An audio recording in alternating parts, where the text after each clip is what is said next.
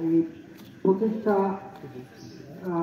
যেহেতু কার্যক্রম চলছে, তো যে দিক নির্দেশনা সেটা আপনারা পাবেন আলোকিত প্রজন্ম ক্লাব। সেখানে কোনো মুরব্বীদের প্রার্থীদের দেওয়ালে তো তারা হয়তো আলোকিত প্রজন্ম ক্লাবের উদ্দেশ্য লক্ষ্য এটা একটা অরাজনৈতিক ক্লাব, যাতে একটা ভালো কাজকর্মের সাথে সংশ্লিষ্ট থাকে, ভালো কিছু জয়েন করছেন। সবাইকে ধন্যবাদ। আশা করবো এর পরবর্তীতে বড় আকারে কোনো অনুষ্ঠান আমরা করবো।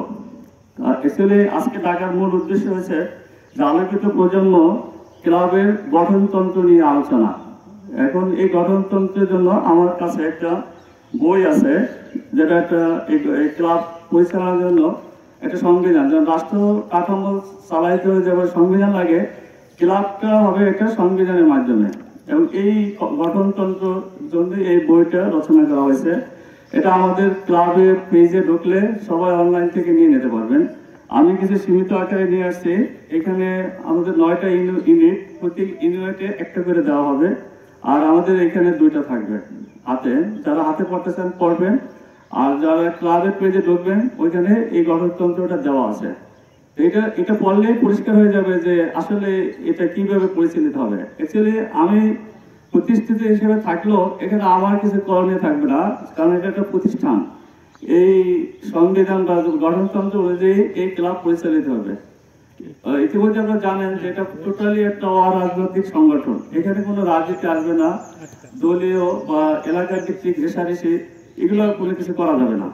এর মূল প্রতিবদ্ধ বিষয় হচ্ছে যে আমাদের গ্রামীণ যে কাঠামো আছে, একটা হচ্ছে যুবক শ্রেণী, আরেকটা কৃষক শ্রেণী, মজুর শ্রেণী, তাদের ভাগ্য কিভাবে আমরা উন্নয়ন করতে পারি। যেমন যুবক শ্রেণী তারা ভালো লেখাপড়া করবে, এবং এই লেখাপড়ার সাথে সাথে তাদের খারাপ কাজে আসক্ত না হয়, বিশেষ করে ওই মাদক দ্রব্য বা আড্ডা, মোবাইলের নেশা, এগুলো থেকে বাঁচার জন্য তাদের খেলাধুলা আয়োজন করে দেওয়া। এটা কিন্তু অনেক বড় একটা কাজ। মানে যুবক শ্রেণী দেখা যদি খারাপ পথে চলে যায়, তাহলে জাতি একদিন অন্ধকারে চলে যাবে। তা আমাদের উচিত স্বল্প পরিসরে আমরা শুরু করি, সবাই এভাবে শুরু করলে জাতিকে বড় কিছু দেওয়া সম্ভব।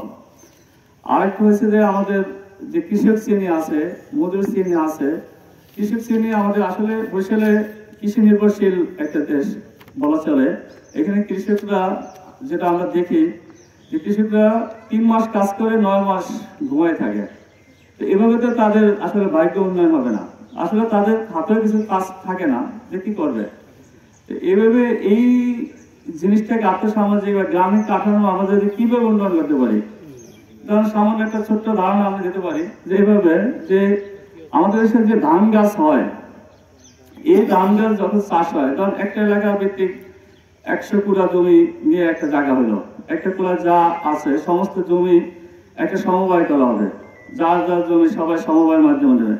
এবং এখানে এভাবে থাকবে যে একজন কৃষক তার 1 কুড়া জমিতে সে প্রতি বছর কত হাজার টাকা পায়, সে সাপোজ 50,000 টাকা পায়।